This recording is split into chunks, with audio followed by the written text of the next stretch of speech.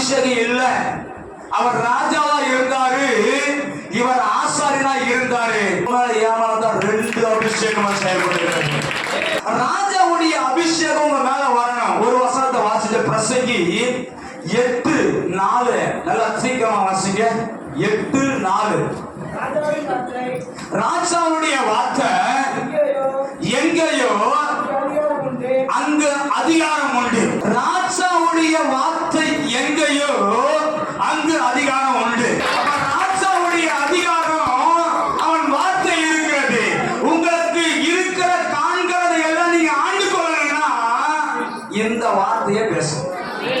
இந்த வார்த்தை எனக்கு இந்த வார்த்தையை நாட்களை பேசுனீங்கன்னா அவன் எல்லாம் உனக்கு என்ன மாறிடும்.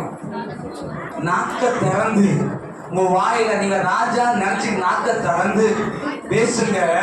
எனக்கு விரோதமாய் உருவாக்கப்படுகிற ஆயுதம் வாய்க்காமலே போதும். என கர்த்தர் வாழாக்காமல் தலையாக்குவார், கீழாக்காமல் நேராக்குவாரு.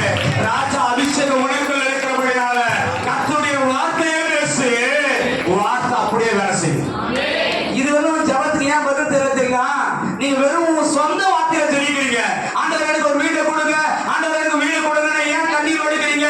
நான் சொல்றேன், ஆண்டவர் எனக்கு வீடு கொடுங்கன்னு சொல்லாதீங்க. கர்த்தருடைய வார்த்தை, வீட்டுக்குரிய வார்த்தை சொல்லுங்க. எனக்கு கர்த்தர் வீட்டை வாசலை உண்டு பண்ணுவார். வசனத்தை பேசுங்க, அதிகாரம் இருக்கும். அல்லேலூயா, அல்லேலூயா. ராஜாவுடைய அபிஷேகம் வார்த்தை இருக்குது. வார்த்தை பேசுங்க.